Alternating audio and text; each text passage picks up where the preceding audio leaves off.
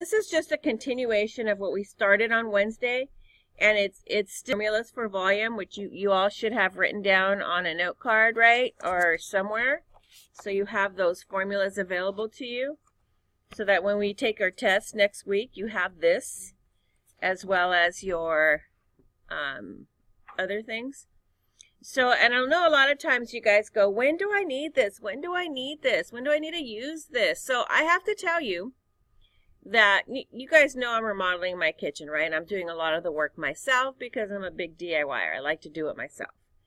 I've had to use math several times to do my work.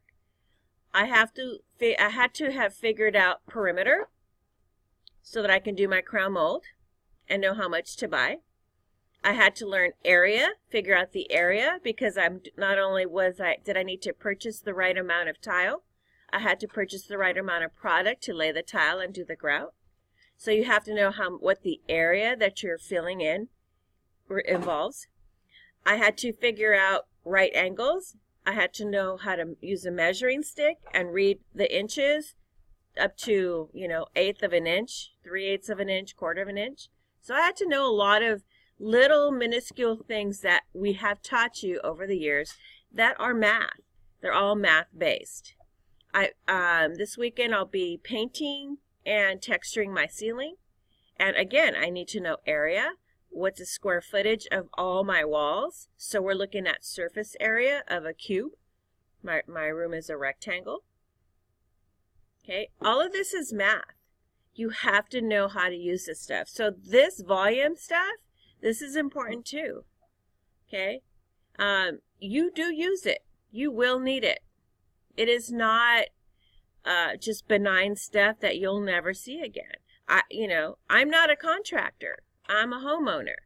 So as a homeowner, if I want to pay a contractor, okay, the difference between me paying a contractor to do my kitchen remodel and what it has costed me is somewhere around $19,000. So I'm saving $19,000 by doing most of that work myself. You guys got $19,000 to throw around? Exactly. So, I'm a single mom. I have a kid in college whose tuition I'm partly responsible for. And I'm a school teacher, so I don't make a whole lot of money, right? But I'd like to live nice. So how do I improve my lifestyle? By doing it myself. And how do I do it myself? By understanding the math that's involved. Okay?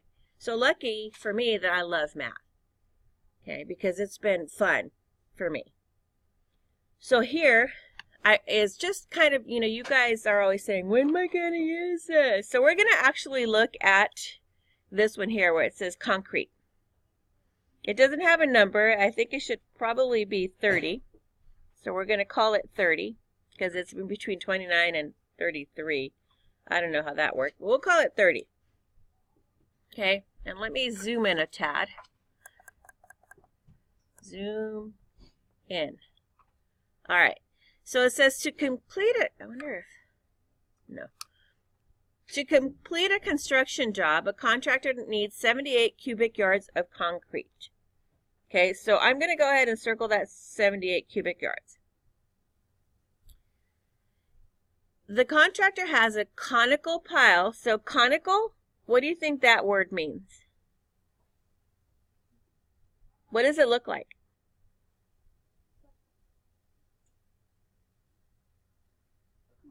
A cone. Okay, so we need to make that connection between the mathematical words and the words that we're reading. A conical pile is a cone of concrete mix that measures 22 feet in diameter and is 12 feet high. So that gives me all the information that I need for me to solve this problem using what type of volume? The cone formula, right?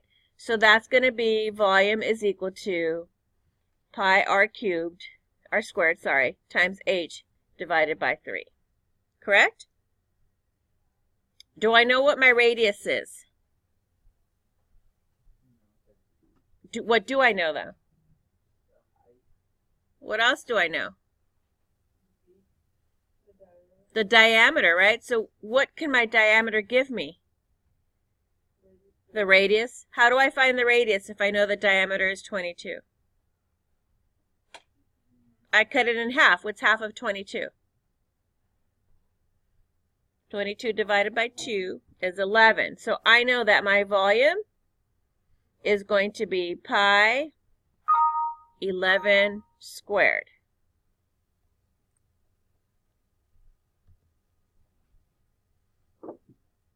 Okay, what is my height? What's the height of my pile? What is it? It's right in front of you. What is the height? 12. So it's going to be 12. And I'm going to put it over 3.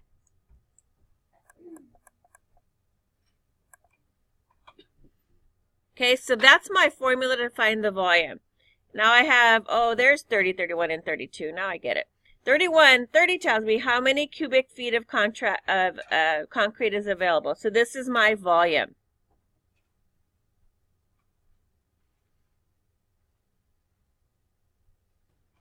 Okay, and this is asking me in feet. This one says cubic yards.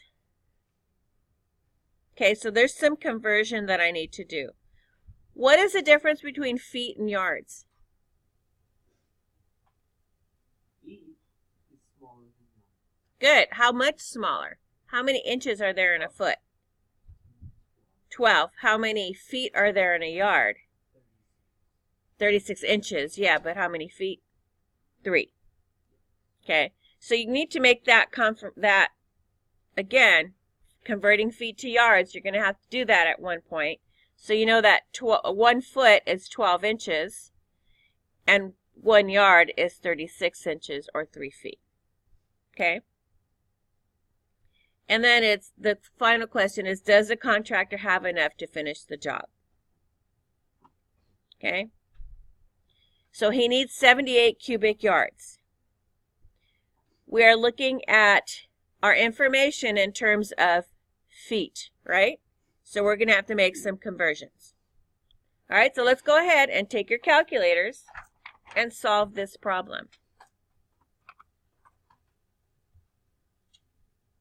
So if you did everything right, you should have gotten 1520.5 because we're rounding to the nearest tenth. Clarissa, you have a question?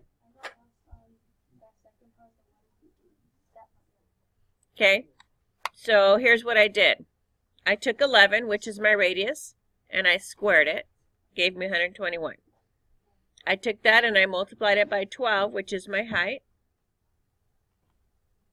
Oops. Wait, 1452, right? Then I took that number and I divided it by 3. Okay, so when I divide 1452 by 3, I get 484. Okay, so my exact answer in terms of pi is 484 pi. But when I take that number and multiply it by pi, I'm going to have an approximate answer of 1520.530844, but I'm rounding to my nearest tenths, so it's 1520.5.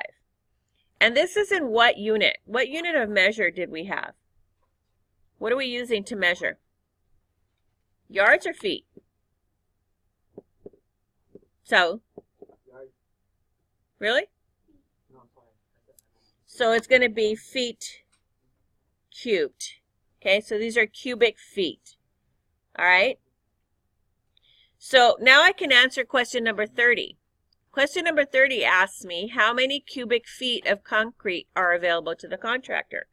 What is my answer then? Correctly. So I have 1,520.5 feet cubic feet. Okay. Now remember we said that yards and feet were different, right? So if I want to change my cubic feet to yards, what should I divide that number by?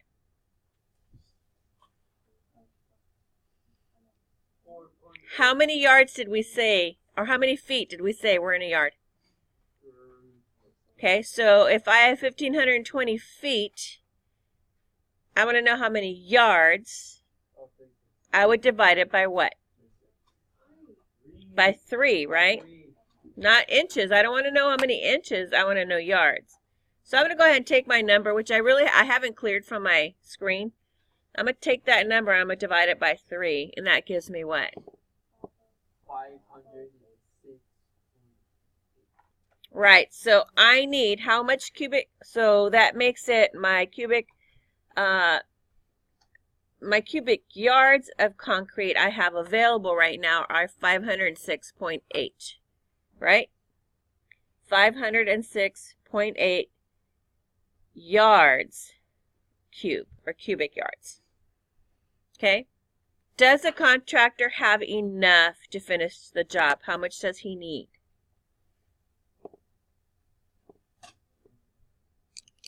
Yep.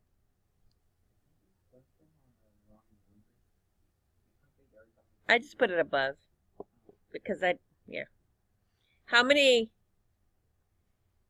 How much does he need to finish the job? Go back to the question, to the original information. How much does he need? How many cubic yards does he need to complete the job? Anybody? How many? 78 cubic yards. Does he have enough if he has 506.8 cubic yards? Yes. So the answer is yes. He has way more than enough. He has more than enough. Okay, so don't tell me that we don't need math in our everyday lives. We will. You'll always need math. It's important to pay attention to the math. And here's a contractor's example. Let me tell you, in a contractor, somebody who works in the field of building, you need math quite a bit. You need to learn how to use a ruler and read a measuring tape. You need to understand area, perimeter, slope. Yeah, all of that is going to be super important for you. Angles. I need to know how to cut my crown mold at a 45-degree angle. That is, of course, if my angle is square. So I need a square when I'm looking at my crown mold. Okay? Any questions?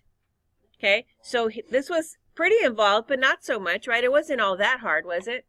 It was just understanding the problem, what formula are we using, and what are we trying to convert. Okay, so 30, 31, and 32 are done for you. You have 5 more left on this page, plus to finish that chapter review that I gave you, and we'll go over it on Monday. Have at it. Enjoy. I love math.